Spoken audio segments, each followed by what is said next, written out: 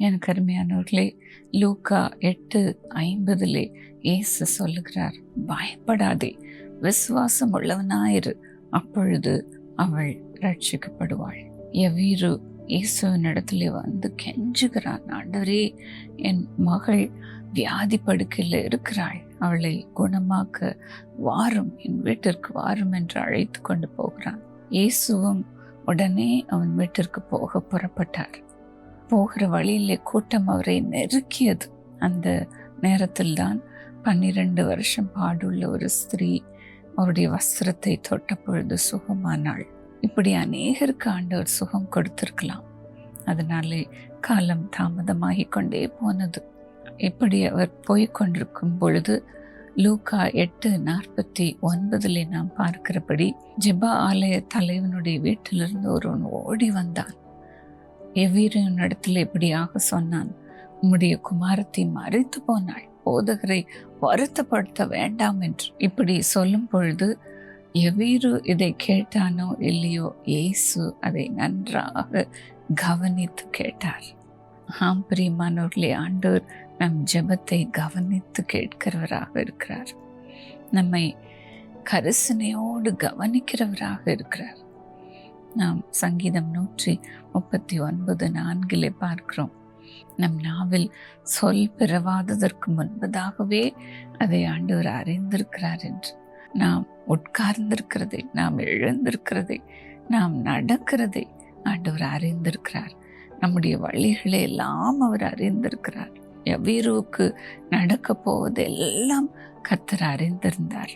ஆகையினால் தான் அவனுடைய மகள் மரித்து போனாள் என்று கேட்ட பிறகும் கூட எவ்வீருவின் வீட்டிற்கு நடந்து போனார். இன்னும் அழுவதற்காக வாடகைக்கு ஜனங்களை கூட அங்கு கொண்டு வந்து அமர்த்தி இருக்கலாம். எல்லாரும் அழுது ஓலமிட்டு இருக்கலாம். அந்த வீட்டிற்குள் இயேசு நுழைந்தார். ஏன், அந்த சிறு பெண் மரித்த நிலைமையிலே வெள்ளை நிறத்துல வெளுத்து போய் படுத்திருந்திருக்கலாம்.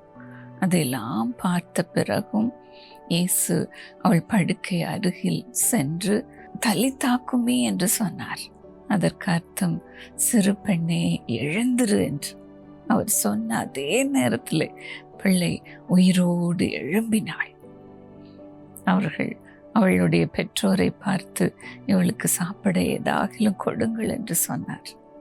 ஆம் பிரியமானவர்களே, ஆண்டவர் எவ்வீருவின் குடும்பத்தின் மீது எவ்வளவு கரிசனை உள்ளவராக இருந்திருக்கிறார் பாருங்க. ஆண்டவர் உங்கள் மீதும் நினைவா இருக்கிறார். உங்களை சுற்றிலும் இருக்கிற ஜனங்கள் கூட சொல்லலாம், உன் வாழ்க்கையில எல்லாம் முடிஞ்சு போச்சு, உனக்கு வேலை கிடைக்க வழியே இல்லை, உனக்கு திருமணம் நடக்க வாய்ப்பே இல்லை, உனக்கு இவ்வளோ வயசாயிடுச்சு, இனிமே திருமணமே நடக்காது, உனக்கு குழந்தையே இருக்காது, இன்னும் உன் பிள்ளை உன்னிடத்துல வரமாட்டான், உன் கணவர் குடியை நிறுத்த மாட்டார், உன்னுடைய வியாதியிலேயே படுத்து நீ செத்து போவாய் என்று கூட சொல்லி கொண்டிருக்கலாம். நாம் நம்மையே கூட நம்பாமல் இருக்கலாம். என் வாழ்க்கை திரும்ப உயிர் பெறுமா, நான் சந்தோஷமாக திரும்ப வாழ முடியுமா என்ற நம்பிக்கை கூட இல்லாமல் இருக்கலாம். ஆனாலும் அதையெல்லாம் ஆண்டவர் அறிந்திருக்கிறார். பிரியமானவர்களே, இல்லாதவைகளை இருக்கிறவைகளாக அழைக்கிற தேவன் தான் நம் தேவன். நம்ம வாழ்க்கையில் ஒன்றும் இல்லை, எல்லாம் செத்து போச்சு என்று சொல்லி கொண்டிருந்தாலும் ஆண்டவர் எல்லாவற்றையும் திரும்ப உயிர் பெற செய்ய வல்லவராக இருக்கிறார். எல்லாவற்றையும் திரும்ப கொடுக்க அவரால் முடியும். பிரியமானவர்களே, நம்புங்கள். வேலையை ஆண்டவர் தருவார், பிள்ளையை தருவார், கணவரை தருவார். உங்கள் வாழ்க்கையில் இல்லாதவைகள் எல்லாம் இன்றைக்கு இருக்கிறவைகளாக மாறப்போகிறது. பயப்படாதிருங்கள். இயேசு சொல்லியிருக்கிறார், பயப்படாதே, விசுவாசம் உள்ளவனாயிரு, அப்பொழுது நீ ரட்சிக்கப்படுவாய் என்று. ஆம் பிரியமானவர்களே, கர்த்தர் இன்றைக்கு நீங்கள் நின்று கொண்டு ரட்சிப்பை காணும்படி செய்ய போகிறார். இன்றைக்கு ஒரு அற்புதம் நடக்க போகிறது. ஆண்டவரே, உன் பிள்ளைகள் வாழ்க்கையில நீர் சொன்னது போல ஒரு அற்புதத்தை செய்வீராக, செய்வீராக, செய்வீராக. தலித்தாக்குமே என்று சொல்லி அந்த 12 வயது குழந்தையை உயிர்ப்பித்தீரே, மரித்த பிள்ளையை உயிரோடு எழுப்பினீரே. அப்படி மரித்து போயிருக்கிற சரீரங்கள் ஒவ்வொன்றும் சுகமாகட்டும்ப்பா. அப்படி மரித்து போயிருக்கிற ஒவ்வொரு உறுப்பும் உயிரடைவதாக, உயிரடைவதாக, உயிரடைவதாக. கோமா ஸ்டேஜில் இருக்கிறவங்களும் உயிரோடு எழும்பட்டும்ப்பா. திரும்ப எழும்பட்டும், எழும்பட்டும், எழும்பட்டும். மூளை சரியாக செயல்பட ஆரம்பிக்கட்டும்ப்பா, ஆரம்பிக்கட்டும். என் பிள்ளை இப்படி புத்தி சுவாதீனம் இல்லாமல் இருக்கிறானே என்று தவிக்கிற மது பிள்ளைகளை தொடுமப்பா. அந்த சிறு குழந்தைகளை தொடுமப்பா.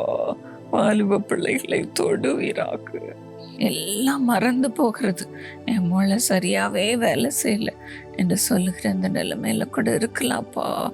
ஆண்டவரே, இந்த அல்சைமர்ஸ் டிசீஸ்ல இருக்கிறவர்களுக்காக நான் செபிக்கிறேன்.